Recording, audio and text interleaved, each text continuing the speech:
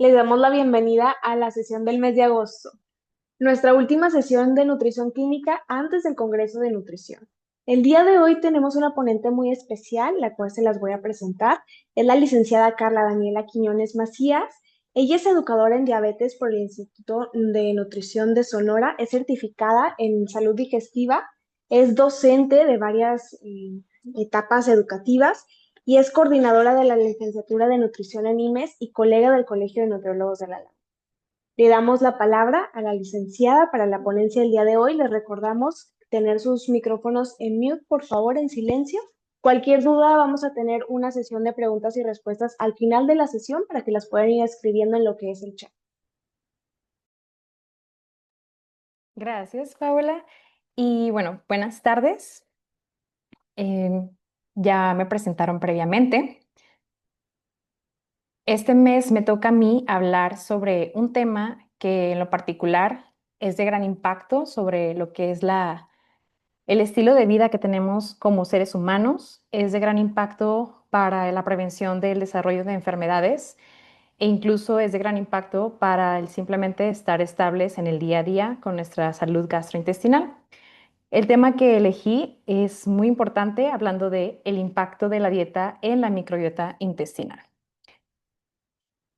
Previamente ya me presentaron y bueno, quiero iniciar con esta frase que es muy importante. Lo que ingieres no solo te alimenta a ti, sino que también a tus bacterias. Esto, pues en realidad desde la carrera vemos que cuando consumimos alimentos se convierten en energía y se metabolizan, hay digestión, etcétera, y conocemos esta parte de pues cómo funciona nuestro organismo, pero lo que no muchos conocemos desde la carrera es que también hay unos pequeños microorganismos que están en nuestro intestino, que son muy importantes en todo lo que es la estabilidad de nuestra salud y principalmente no reconocemos a veces el papel tan fundamental que tiene pues en nuestra estabilidad y nuestro mantenimiento.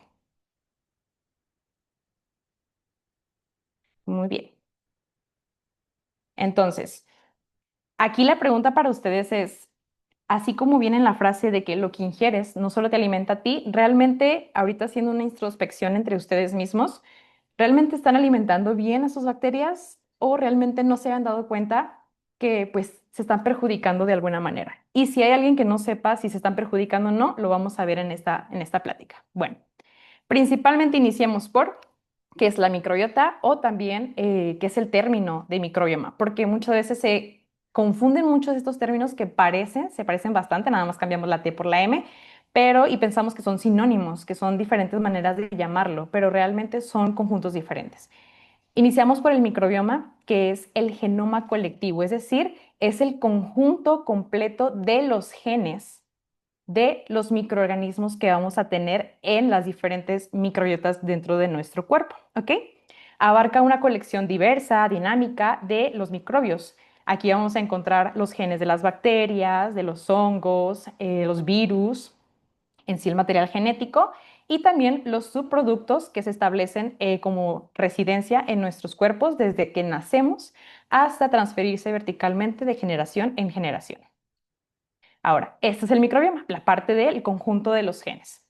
Ahora, la microbiota, ¿qué diferencia tiene o por qué son diferentes? La microbiota ahora sí son los microorganismos, ya no estamos hablando solamente de los genes, sino ahora sí estamos hablando como tal del microorganismo que coloniza tanto la piel, el aparato digestivo, la boca y el aparato genital, que a su vez pueden diferenciarse según estos cómo van a actuar en nuestro cuerpo, si van a actuar como comensales, mutualistas o patógenos. Es decir, si van a estar viviendo dándonos beneficios, si van a estar viviendo alimentándose entre ellos o si simplemente van a estar colonizando nuestro cuerpo, nuestro organismo para causar algún daño. ¿Ok?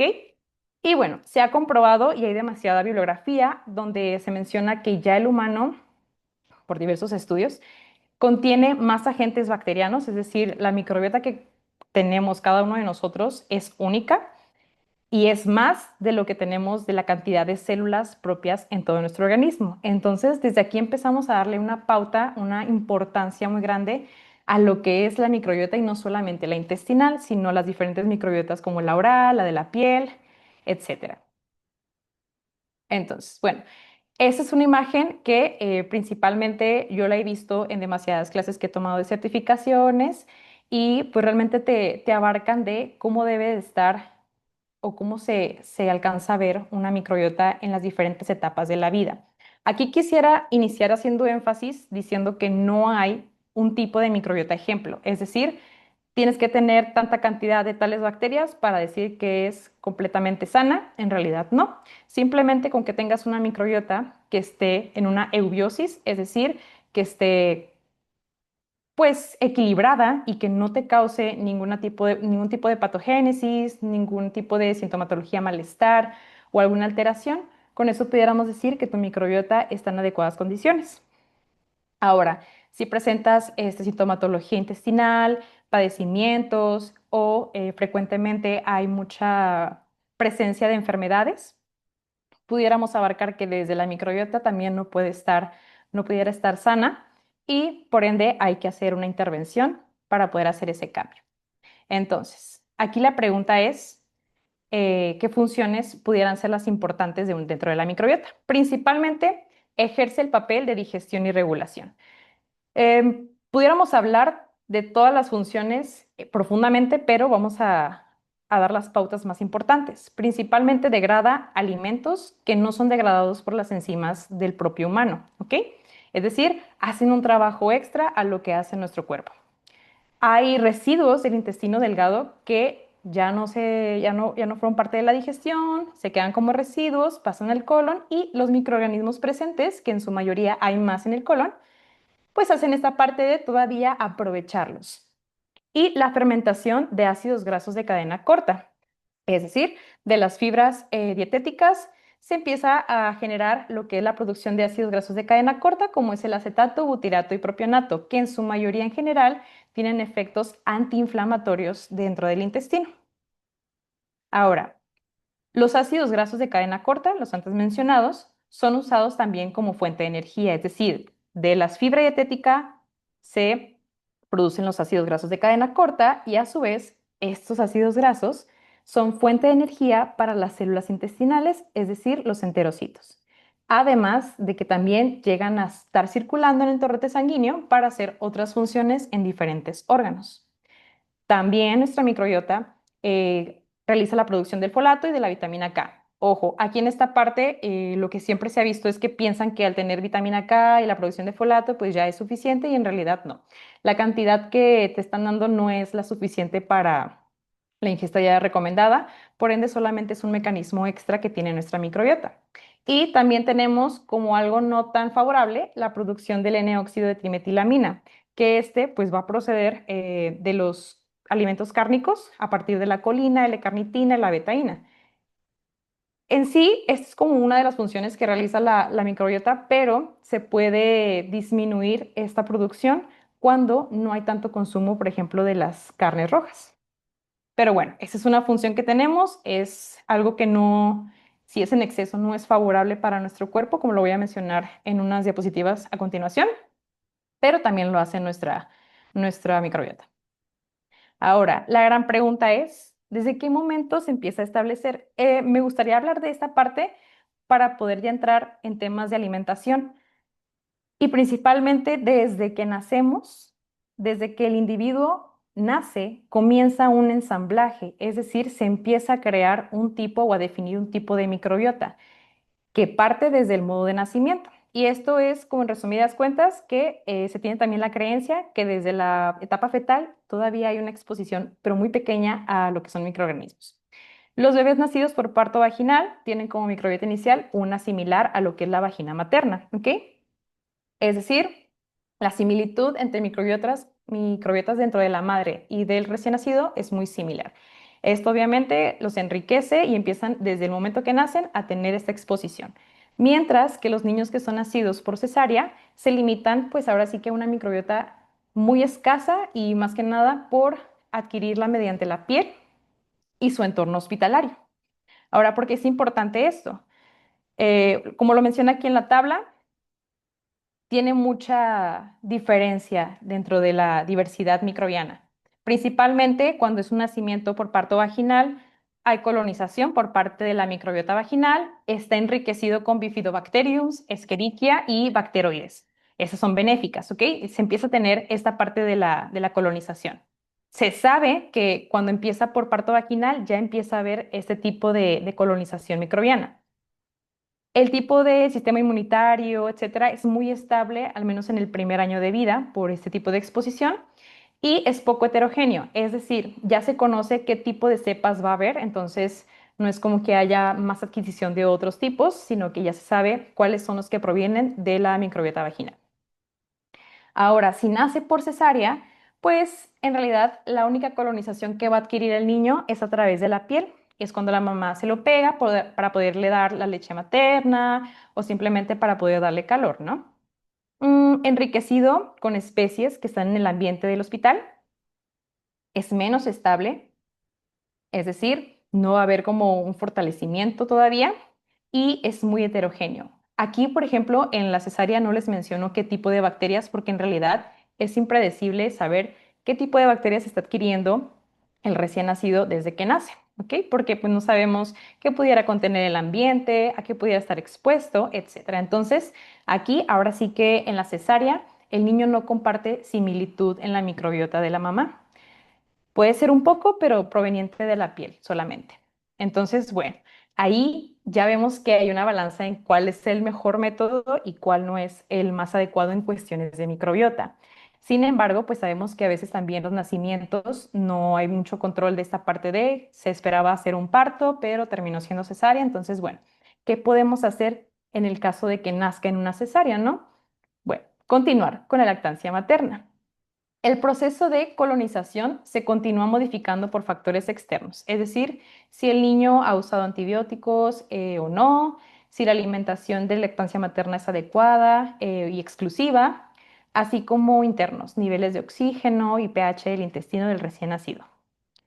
Durante la lactancia, las especies bifidobacterias como B. longum y la B. bifidum y la B. breve dominan la microbiota durante la lactancia materna, manteniendo ahora sí que un pH y pues baja diversidad.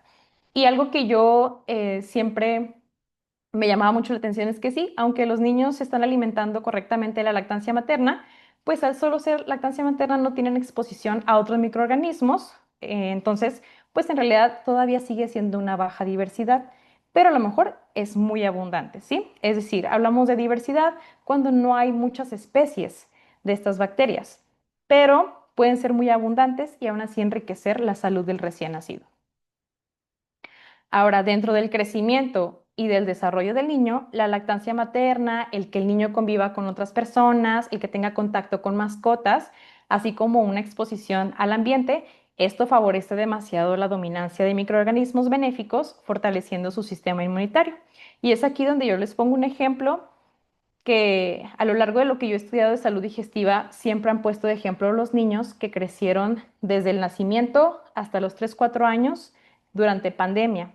Esos niños fueron limitados a la exposición de microorganismos, ya que, pues, como se tenía miedo al virus, se les ponía cada rato el gel antibacterial, se les ponía lo que era el cubrebocas, no mantenían contacto con superficies, entonces esto en realidad sí afecta a lo que es la exposición a microorganismos y el fortalecimiento de la microbiota porque pues no hay esta exposición adecuada.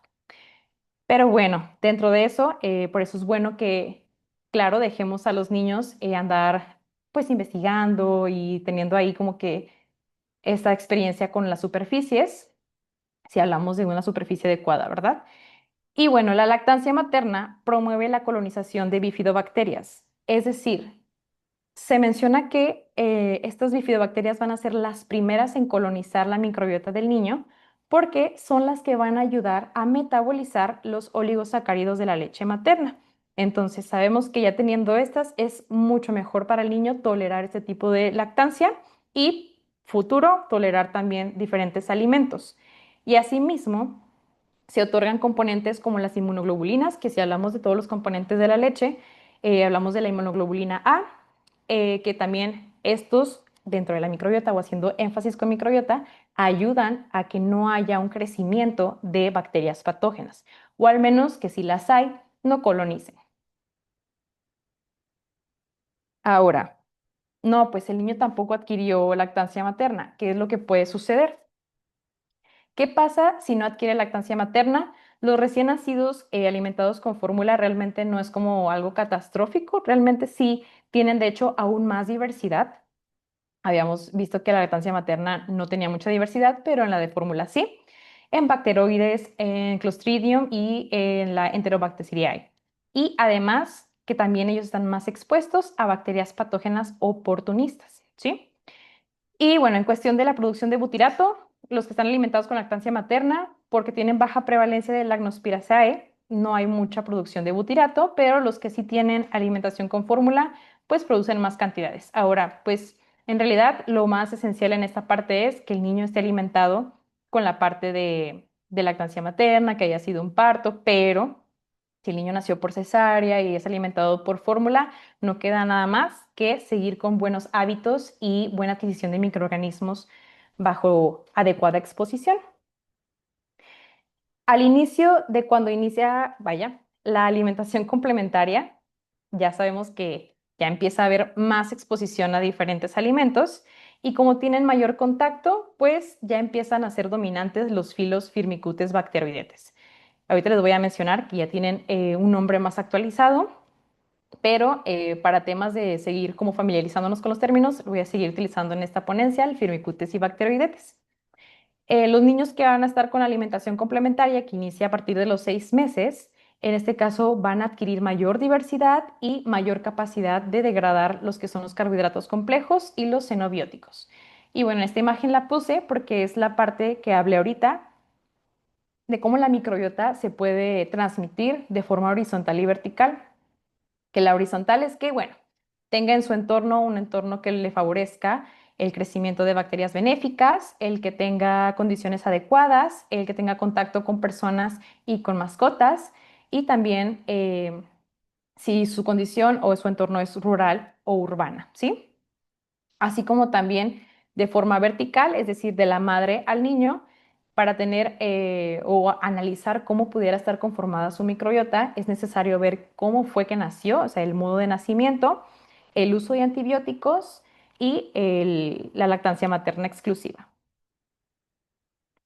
Ok, antes de iniciar en la parte de la infancia, quisiera mencionar que, por ejemplo, los niños que nacen prematuros, sí se ha visto una alteración negativa de su microbiota. Por ende, más si están en un hospital y más si por algún tipo de infección o condición traen consigo lo que es tratamiento con antibiótico, porque eso pues les empieza a afectar bastante en su diversidad y es para ellos más complejo, más difícil el tener que estabilizarse.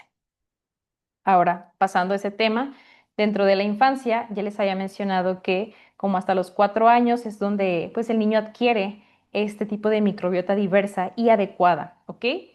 Hasta los 5 años, o en alguna bibliografía menciona que hasta los 4 años, la composición de la microbiota evoluciona de ser algo muy simple, como lo fue en el nacimiento, a algo más diverso, más complejo, más completo, asemejándose a la de un adulto. Entonces, desde aquí deben de ustedes como nutriólogos conocer que a quien se dedique a la pediatría, saber que el niño que está entre el nacimiento y está hasta los 4 o 5 años está en una ventana de oportunidad grandísima para adquirir demasiada diversidad microbiana y que esto le favorezca en su salud, tanto para la adolescencia como en la adultez. Ahora, de la niñez a la adolescencia, la microbiota continúa modificándose y en realidad no quise hablar mucho de esto porque no hay mucha relevancia más que solamente los cambios hormonales, el tipo de alimentación que lleva y bueno, en sí, la etapa en la que cruza. Pero bueno, de esta manera pasamos a la parte del adulto, donde ahora sí, la mayoría que estamos aquí estamos en esta etapa en donde se supone que nuestra microbiota ya debería estar estable y diversa, ¿ok? Se domina por los firmicutes, los bacteroidetes y los actinobacterias. Actualmente, desde a partir del 2021, creo, si bien recuerdo la fecha, se llaman bacilota, que eran los firmicutes, bacteroidota, que son los bacteroidetes, y la actinomicetota, que son los actinobacterias, ¿ok? Sin embargo, pues así como todos nosotros tenemos nuestra composición y estabilidad, pero todo depende de cómo sea nuestro estilo de vida y cómo sea la genética que traemos. Y lo puse en letras mayúsculas, el tipo de dieta. ¿Por qué? Ahorita vamos a empezar a observar que el tipo de alimentación que llevamos impacta diariamente con lo que es nuestra microbiota. Y es algo que se puede modificar. El entorno se puede modificar, sí, pero a veces no podemos modificarlo porque a lo mejor vivimos en estrés, vivimos en una ciudad demasiado industrializada, donde hay mucho ruido, donde hay mucho tráfico, entonces hay muchas cuestiones que no podemos cambiar, pero algo que sí podemos cambiar, modificar y mejorar para nuestra microbiota es la alimentación, ¿sí? Y dentro de la misma alimentación también tenemos la resiliencia. Así como abarcamos el tema de que de los 3 a los 5 años, desde el nacimiento a los 5 años tenemos que tener una adecuada variedad, diversidad y abundancia de la microbiota, así la debemos de estar manteniendo durante toda la adultez. ¿Por qué? Porque simplemente es la capacidad que tiene la microbiota intestinal para volver a un estado estable. Si tú pasas por una perturbación, es decir, alguna infección, algún uso de antibióticos, pues obviamente tu microbiota se va a ver comprometida y probablemente va a decaer. Pero si tú mantienes una buena alimentación, un buen cuidado, un buen fortalecimiento de la microbiota, cuando pase esa perturbación va a poder generar o regresar a su estado estable. Entonces, es lo importante de mantener una buena alimentación, rica en fibra, rica en sí en los componentes que van a alimentar tu microbiota, ¿ok? Y bueno, es una ventaja la resiliencia de nuestra microbiota para las personas que sí tienen un cuidado en su composición. Esto quiere decir, y pasa comúnmente, em, y si hacemos así como que una pequeña visualización, cuando atendemos a un paciente que pasó por una infección bacteriana, que pasó por algo que alteró su estado de salud y entró en medicamentos, por ejemplo, en este caso, antibióticos, vemos dos tipos de pacientes. El paciente que a la semana que ya está bien, se recuperó y no ha tenido ninguna sintomatología y todo excelente. Y tenemos, por otro lado, al otro paciente que, pues sí, ya no tiene la infección, pero pasa esta parte de, es que salí, pero pues me generó molestias intestinales, traigo todavía diarrea, o de que es que no puedo comer nada y le tengo miedo a la comida porque apenas como algo fuera de mi casa y otra vez empiezo a recaer con un tipo de diarrea, con un tipo de inflamación. Es decir, aquí ya vemos las dos partes. ¿Quién tenía la microbiota con resiliencia o resiliente y quién no la tenía o no la adquirió? Y entonces una perturbación sigue afectando a la composición y esta composición se sigue viendo afectada aun cuando ya no está con una infección actual. Y bueno, eso es dentro del adulto. Y del adulto mayor se conoce que hay una disminución en la diversidad microbiana, es decir, empieza a bajar la diversidad, porque el adulto mayor empieza a tener problemas con la deglución, empieza a tener problemas con los alimentos monótonos, es decir, tienen un tipo de alimentación nada más y así se la llevan todo un mes y se la llevan a lo largo de los años, y también de que hay disminución de la función muscular. Esto de disminuir la función muscular o la capacidad muscular que tiene afecta también en la motilidad y por ende el tránsito intestinal de las personas de adulto mayor pues es más lento. Ahora, en estas pacientes se nota mucho la parte del estreñimiento y en enfoque de microbiota el estreñimiento hace que haya más contacto con las bacterias patógenas, que esto favorece a que estas bacterias patógenas estén constantemente colonizando como tal oportunistas, ¿no? Ahora, agregándole que las personas mayores pues no tienen muy fortalecido su sistema inmune, se ve delicado en algunas cuestiones, entonces si estas bacterias patógenas colonizan, pues evidentemente afectan aún más el estado de salud y la calidad de vida de los pacientes. En sí, pues el deterioro que van a tener en su organismo está asociado pues con el envejecimiento y resulta en menor producción de enzimas digestivas, la deglución deteriorada y la sensibilidad alterada.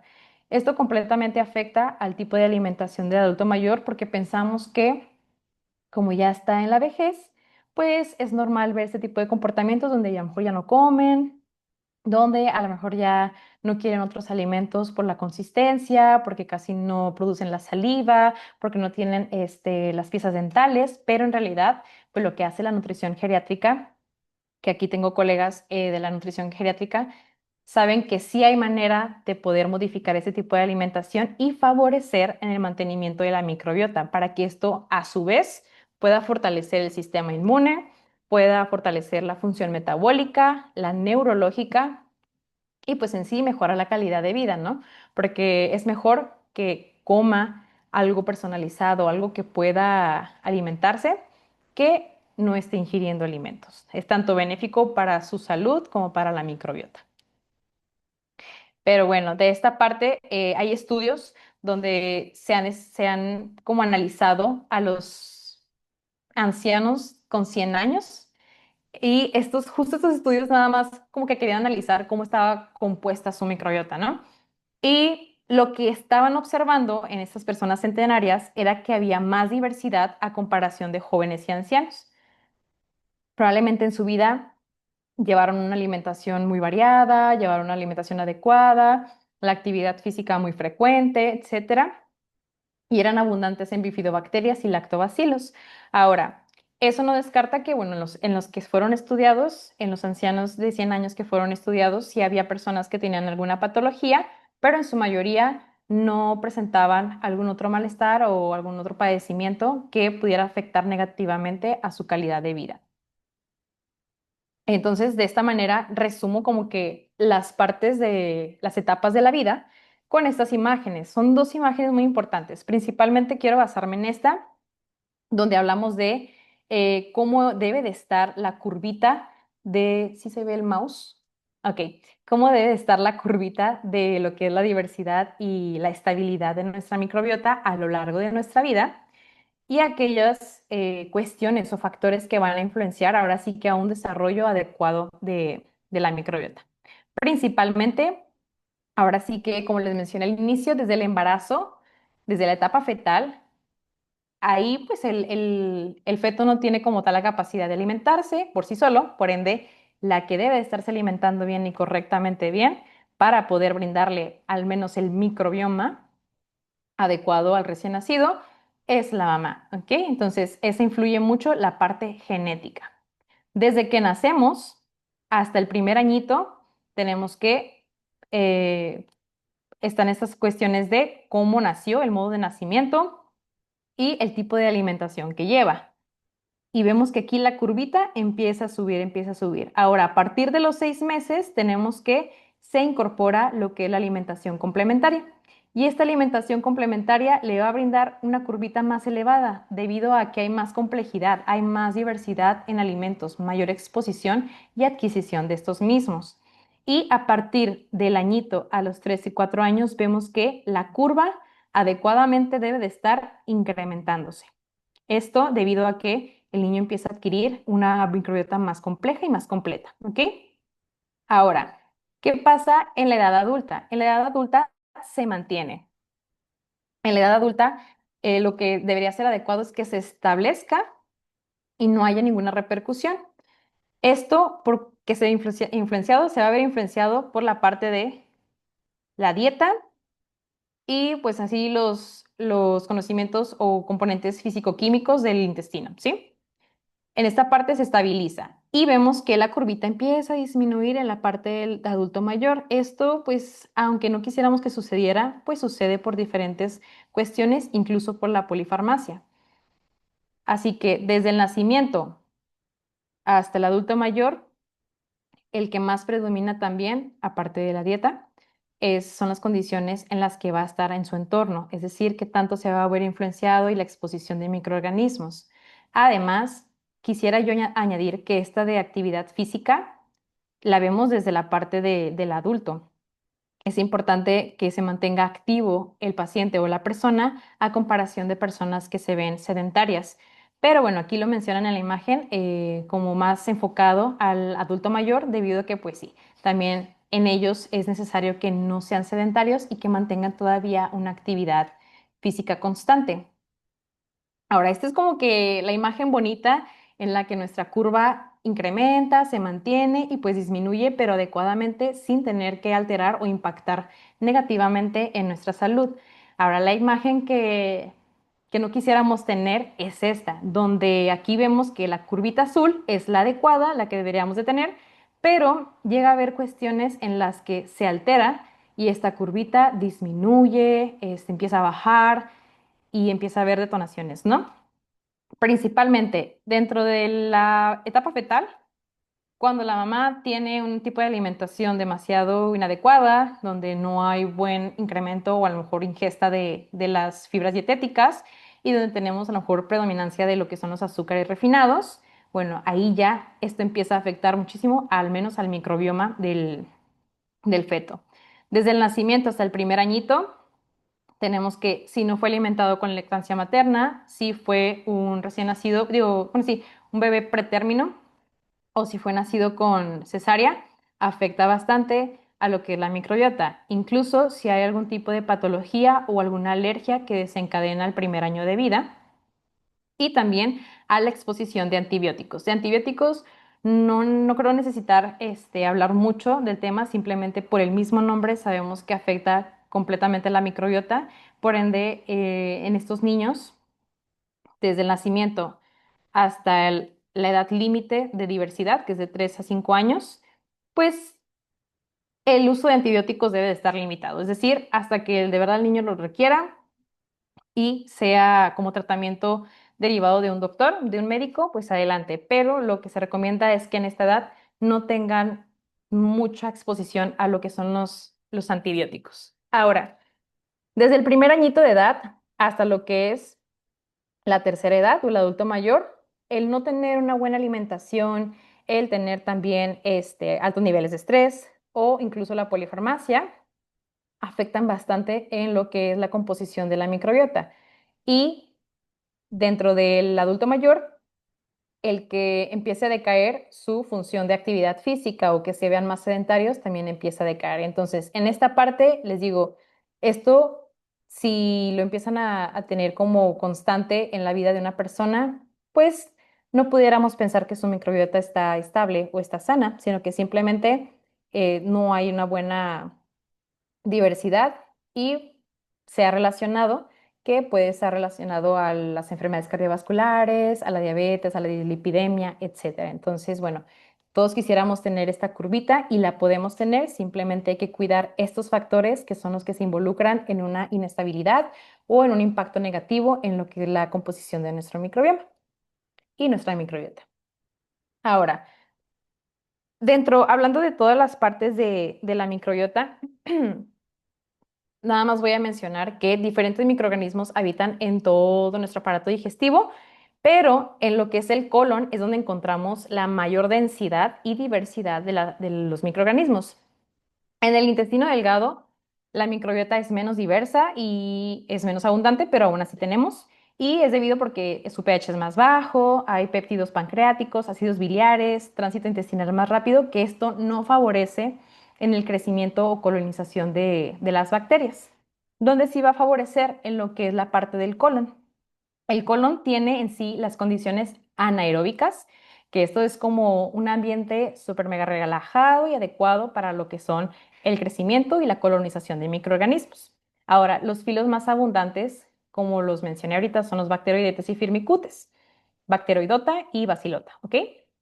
Siendo aproximadamente el 90% de la población bacteriana, encontrando géneros como bacteroides, bifidobacterium, eubacterium, clostridium, etcétera, etcétera. Entonces, en esta parte ya tenemos ahora sí en mente que los que no estén muy relacionados con la salud digestiva ya conocen que en el colon es donde más están colonizando los microorganismos y donde más hay que cuidar.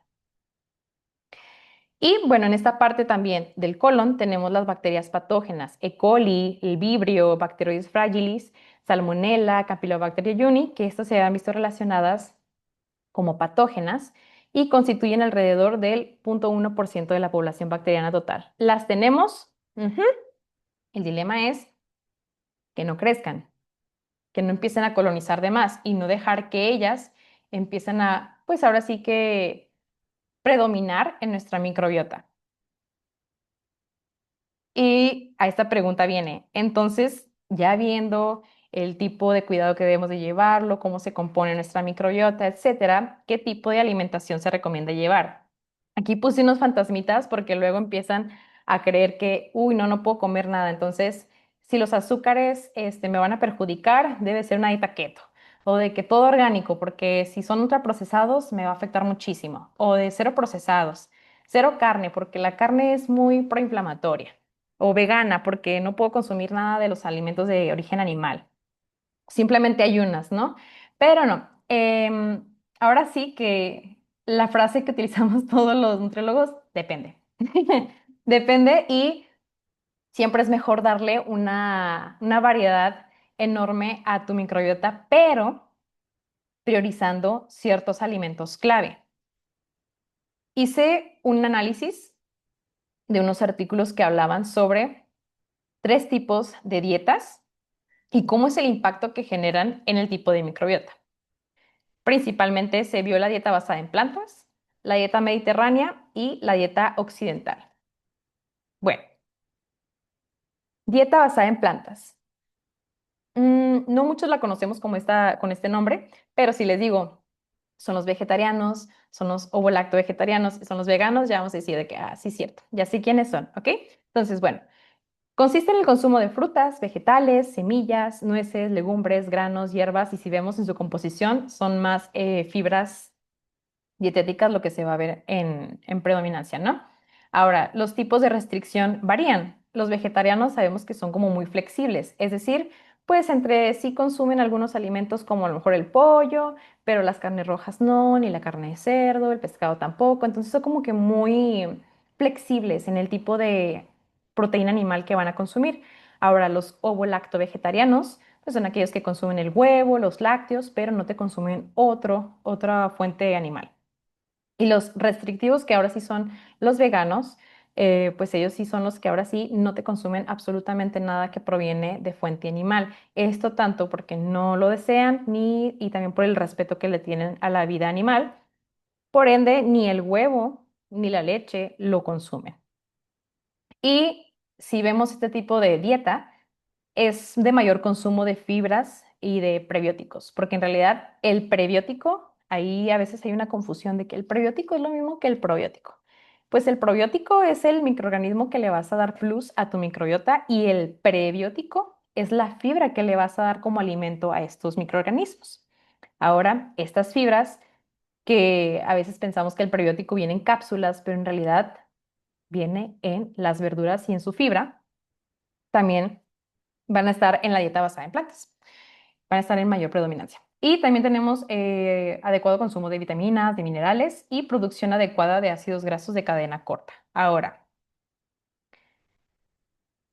antes de pasar de la otra parte, los ácidos grasos de cadena corta se obtienen a partir de las fibras. Entonces, entre más fibra consumas, bueno, adecuada fibra consumas, mejor producción de ácidos grasos de cadena corta vas a tener por parte de tu microbiota. Por ende, el butirato, el propionato, el acetato son benéficos tanto para la barrera intestinal como para lo que es antiinflamatorios. Entonces, mayor fibra, mayor ácidos grasos y mejor salud y estabilidad de tu microbiota, porque también son parte de su alimento.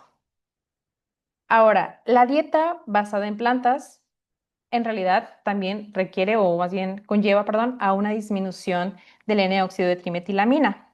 Este N-óxido de trimetilamina sí se ve demasiado relacionado con todo lo que es proinflamatorio y es un resultado de cuando proviene de nuestra alimentación, productos cárnicos con colina, lecitina y L-carnitina. Ahora, ya que la dieta basada en plantas tiene poco o casi nada de consumo de carnes rojas, pues este N-óxido de trimetilamina no se va a ver tan abundante y por ende no hay tanto estado proinflamatorio.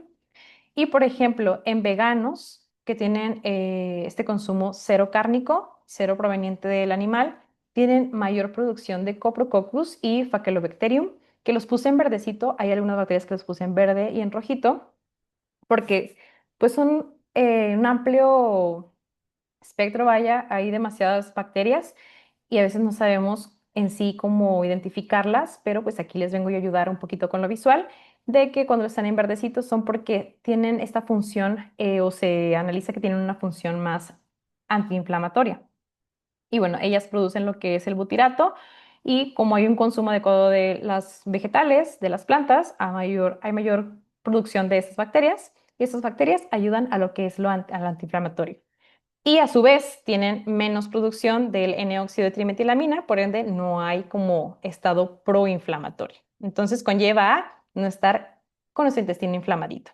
También tenemos mayor abundancia de la Akkermansia, del Ruminococcus y Lacnospiraceae en los sujetos que seguían la dieta vegetariana. Y entre los veganos se observó una disminución de proteobacterias, que lo puse en amarillito porque dentro de estos hay especies que son patógenas y un aumento de verrucomicrobia, además de disminución del mismo Clostridium. Ahora, pasando a la dieta mediterránea, la diversidad, pues ayuda, la limitación del consumo de proteína de origen animal se ha visto relacionado con un incremento de bacteroidetes y disminución de firmicutes. Es decir, que al momento de que en la Mediterránea sí la hay, pero en realidad no es como este consumo de origen animal tan frecuente o tan abundante, pues ayuda a que haya un incremento de estas bacterias benéficas. Además, mayor abundancia de, por ejemplo, el Faecalibacterium, Lactospiraceae y Roseburia, que estos son en sí como bacterias también benéficas antiinflamatorias. Esta dieta, como la hemos mencionado y la hemos visto dentro de nuestras carreras, se compone de lo que es la fibra, se compone del aceite de oliva, perdón, y los ácidos grasos poliinsaturados. Principalmente en estudios se han visto que el consumo de aceite de oliva se ha relacionado con mayor abundancia de lo que son los lactobacilos. Estos lactobacilos pues ayudan mucho a colonizar y a su vez hace que no haya colonización de las bacterias patógenas. Siempre hay como una competencia entre bacterias. Si tienes que enriquecer tu alimentación para que estas bacterias benéficas crezcan, ellas van a competir y no van a dejar que las bacterias patógenas empiecen a colonizar y pues empiecen a dañar tu salud. Los ácidos grasos poliinsaturados, como el omega 3, mantienen un perfil antiinflamatorio y cardioprotector. La fibra, que también es metabolizada por la microbiota, permite los ácidos grasos de cadena corta y algo que mencionamos de la dieta mediterránea es que está rica en fibra, en los granos, etcétera. Se relaciona con el aumento de bacterias como las Bifidobacterium y Lactobacillus, que, como ya lo he mencionado, son benéficas para nuestro intestino. Y esta es la pirámide, que es la pirámide de la dieta mediterránea, donde si vemos el tipo de alimentación más predominante o más importante, vemos puros alimentos que incluso suelen ser prebióticos, como lo de la cebolla, el ajo, las fibras de las verduras y en poquita cantidad, si acaso te dicen que casi no se recomienda, pues todo lo que son los azúcares refinados y las carnes rojas, ¿no?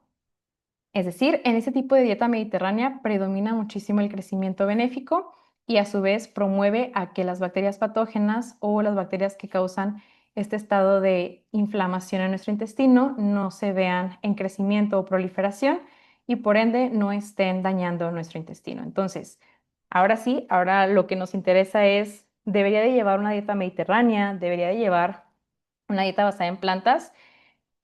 Pues estos estudios son solamente para mostrarte que este tipo de dietas te ayuda a tener una mejor diversidad y ahora sí que una mejor salud dentro de tu microbiota, pero no son para que 100% las sigas a menos de que sea tu decisión.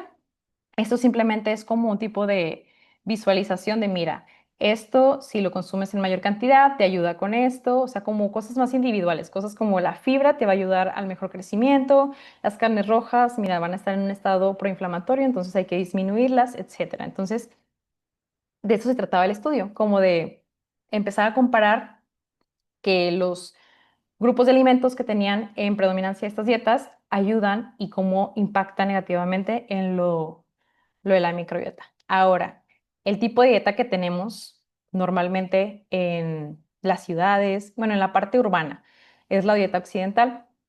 Dieta relacionada, si nos vamos a un ladito de la microbiota, se relaciona con dislipidemias, con resistencia a la insulina, la inflamación sistémica y alteraciones en la composición, ¿no? el uso de edulcorantes, emulsificantes, de las grasas. Pongo aquí grasas dañinas porque si pongo nada más grasas podemos generalizarlas y en realidad no. Hablamos, por ejemplo, de la grasa saturada, la grasa trans y bueno, los productos pobres en nutrientes, es decir, aquellos que pues te los venden en el mercado, pero si ves su etiqueta nutricional no tiene absolutamente ningún nutriente o si lo tienes muy escaso, por ejemplo, los productos que te prometen que van a tener un buen consumo de fibra porque en la imagen estás viendo ahí la fibra y todo, pero luego volteas a ver la etiqueta y nada más te dice 2 gramos de fibra, ¿no? Por producto. Entonces, pues es muy deficiente. Todos estos alimentos se relacionan con la disbiosis, es decir, disbiosis es alteración de todos nuestros microorganismos generando un estado patogénico. Este tipo de dieta se ha visto relacionada, por ejemplo, ante una dieta alta en ácidos grasos monoinsaturados, se relaciona con menor abundancia, es decir, pues hay poquitas bacterias. Puede que haya mucha diversidad, pero no son tan abundantes, son muy poquitas. La Prevotella, la Parabacteroides y la Turicibacter aumentan y estas sí las pongo en rojito porque se ven implicadas en infecciones, se ven implicadas en literalmente la patogenia. El aumento de firmicutes, cuando hablamos de un ratio y decimos aumentó firmicutes bacteroidetes, estamos hablando de que los firmicutes aumentaron y eso se relaciona mucho con la ganancia de peso, con la inflamación y bueno, el alto consumo en grasas disminuye lo que es la producción de ácidos grasos de cadena corta. Es decir, cuando mantenemos una dieta occidental, en todo su contexto, se nos olvida consumir frutas, se nos olvida consumir la fibra, se nos olvida darle como que esta variedad de alimentación y se ve muy relacionada en la dieta occidental. Por ende, casi no hay buena producción de ácidos grasos de cadena corta y esto conlleva a que no hay un estado antiinflamatorio y constantemente vamos a estar inflamados. O al menos nuestro intestino. Ok. El consumo de carne roja, esto lo quise meter como extra, porque en realidad es lo que hemos estado viendo que promueve el incremento del N-óxido de trimetilamina, que es altamente relacionado con el desarrollo del cáncer colorectal. Y la disbiosis, en cuanto se está desarrollando este cáncer colorectal, se define con el aumento de la E. coli, del Streptococcus bovis, del Bacteroides fragilis y del Fusobacterium nucleatum, que estos son los relacionados con la abundancia patógena en lo que es la patogénesis del cáncer colorectal. Este estado inflamatorio aumenta si el paciente que ya está desarrollando esta patología tiene ausencia de las fibras dietéticas, que obviamente si estamos viendo que si su consumo es elevado en carne roja, ya podemos sospechar que su alimentación en las fibras pues es mínima. Ahora, ¿cómo vamos a saber si la fibra dentro de este paciente que está desarrollando o que ya desarrolló el cáncer colorectal es adecuada? Pues haciendo la historia clínica, realmente indagando y haciendo como que un análisis completo de cómo es su hábito dietético para saber si realmente hay ausencia o deficiencia de la fibra que pudiera ayudar. Y bueno, dentro de un estudio encontraron que la carne también, cuando es tipo de cocción frita y en un consumo excesivo, disminuye la diversidad, causando alteración de la abundancia de las bacterias, incluyendo el incremento de aquellas que son patógenas y disminuyendo aquellas de las que son benéficas. Es decir, pongo en consumo excesivo porque realmente pudieran asustarse y decir, de aquí en adelante ya no voy a comer carne roja, pero en realidad es que el consumo de carne roja no sea frecuente. Ahora, aquellas que sí van a ser completamente dañinas son aquellas que son como la carne asada, que son como las carnes demasiado expuestas a otros compuestos químicos. Y una dieta rica en nitratos y nitritos también incrementa a las bacterias que van a producir los compuestos N-nitrosos, que estos también pues, son de estados proinflamatorios. El consumo de carnes con excesivo contenido de grasas también promueve la transformación de los ácidos biliares primarios a secundarios, que estos también a su vez promueven el estado proinflamatorio de nuestro intestino. Entonces, es como una forma de ver lo más profundo que pudiera ocasionar el consumo excesivo de las carnes rojas. Y bueno, dentro de esta misma tablita es lo mismo que les he mencionado, por ejemplo, del N-óxido de trimetilamina, tenemos que la acción que va a generar en la microbiota es simplemente estar formando a partir de los productos cárnicos la trimetilamina formada a N-óxido de trimetilamina, precursor altamente proinflamatorio.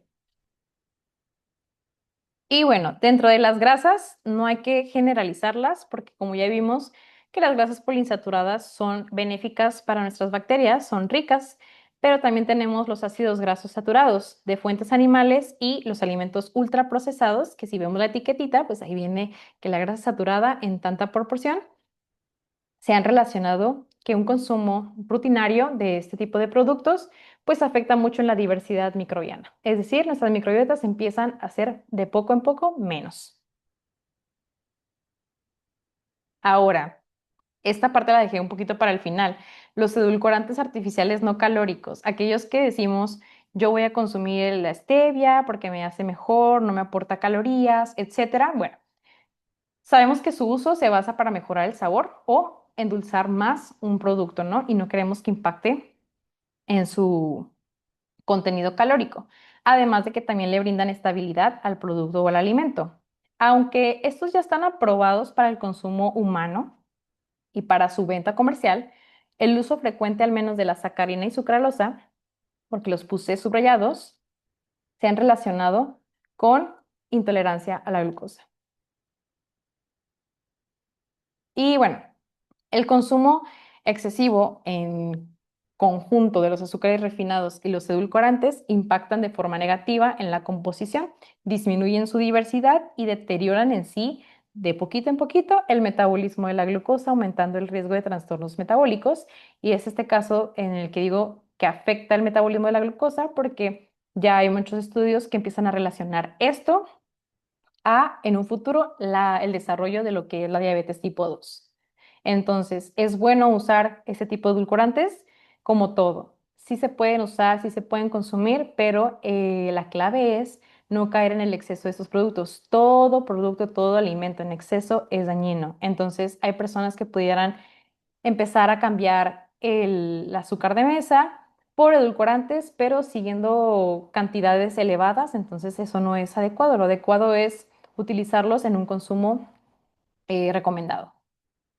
Y bueno, esta es como la parte de el resumen que estábamos hablando, donde la dieta occidental pues promueve la disbiosis, hay un ratio alto de Firmicutes bacteroidetes, lo cual se relaciona con la inflamación, se relaciona con el sobrepeso, obesidad, hay incremento del N-óxido de trimetilamina y bueno, desarrollo de obesidad, diabetes, dislipidemias, cáncer colorectal y otros.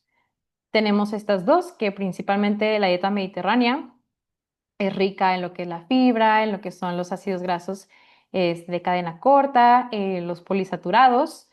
Hay un ratio de Firmicutes bacteroidetes estable, viven en armonía y disminuye lo que es la producción de N-óxido de trimetilamina, es decir, se promueve lo antiinflamatorio. Y tenemos la planta, la dieta basada en plantas, que pues hablamos de los vegetarianos, de los veganos, donde tenemos igual estable el ratio de Firmicutes bacteroidetes, tenemos alta producción de los ácidos grasos de cadena corta, tenemos que ahora sí lo que son las concentraciones del N-óxido de trimetilamina están, pero ahora sí que cayeron, porque en realidad no hay presencia de productos cárnicos, o si lo hay, es muy, muy, muy escasa.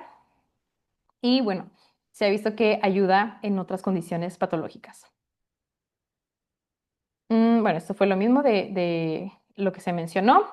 Y otros tipos de dietas estudiadas para finalizar un poquito esta plática es que, por ejemplo, la dieta monótona, que es donde consumimos casi lo mismo diariamente, pues también no hay mucha diversidad microbiana. Las bajas en calorías, es decir, por ejemplo, de menos de 800 kilocalorías al día, también reduce no la diversidad, pero reduce mucho la abundancia bacteriana. Y lo que queremos es que nuestra microbiota sea rica en diversidad y abundancia.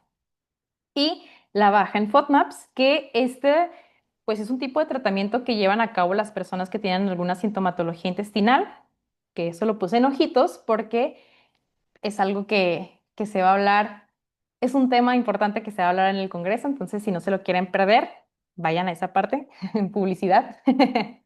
Y bueno, Ese tipo de dieta baja en FODMAPs solo es adecuada por el tiempo que se lleva en el tratamiento. O sea, una persona que sabe cómo dar el tratamiento de una dieta baja en FODMAPs sabe cuánto tiempo se debe de realizar y no excederse de ese tiempo porque la dieta baja en FODMAPs, o más bien los FODMAPs son ricos en prebióticos. Entonces, si estos los empezamos a ocultar, los empezamos a evitar, a limitar, pues estamos perdiendo diversidad, ya que no le estamos dando esta comida a nuestras bacterias de nuestro intestino. Y bueno, de lo teórico a la práctica, ¿qué es lo que a mí me ha funcionado como nutrióloga que está dirigida a esta parte? Dentro de los probióticos, pues en realidad, ¿qué tipo de probióticos puedo dar? ¿Qué tipo, bueno, siempre es investigar y saber qué tipo de probióticos son los mejores para el padecimiento intestinal de tu paciente. Y algo que podemos hacer como rutinario para fortalecerlo es, por ejemplo, el consumo de kefir o en este caso algún tipo de consumo de sobrecito. Los prebióticos, pues pudiéramos encontrar en el mercado sobrecitos que ya vienen que el polvito o así, y preferimos eso a tener pues los prebióticos naturales dentro de la alimentación, ¿no? ¿Y qué es lo que realmente a mí me ha funcionado en la consulta? Principalmente conocer al paciente, ahora sí que de pies a cabeza, completamente todo su hábito dietético, conocer qué predomina más en su alimentación, conocer cómo están sus niveles de estrés, conocer su estrés laboral, conocer cómo está su actividad física, su ejercicio físico y pues en realidad ahora sí que, por ejemplo, en mi consulta yo no me oriento tanto en el peso si acaso para hacer fórmulas y todo eso, pero en realidad el peso para mí queda a un ladito. Para mí es más importante conocer qué tipo de diversidad le está dando a su microbiota. Y pues me pasa mucho que mis pacientes, en cuanto les empiezo a incrementar lo que es el consumo de frutas, verduras, fibras, ya empiezan a tener efectos de menos inflamación, menos distensión, menos producción de gases dolorosos, disminuye la hipersensibilidad visceral, tienen mejor evacuación, es decir, el hábito de sus evacuaciones mejora muchísimo, tanto en consistencia como en frecuencia. Entonces, si tenemos pacientes que traen algún problemita, hay que ir a analizar cómo está su microbiota desde la parte de la alimentación. Y bueno. Esto es todo de mi plática. Espero haberles dejado un conocimiento. Ahora sí que hablé de muchas bacterias y a lo mejor son muchas y no conocemos cuáles son sus funciones tal cual, pero por eso había puesto verdecito y rojito. Pero sí, es parte de. Cuida tu microbiota, tanto ustedes como son mis colegas, como empezar a cuidar la microbiota de los pacientes, aunque no estén relacionados con la salud digestiva, siempre es importante ver desde ese enfoque. Gracias.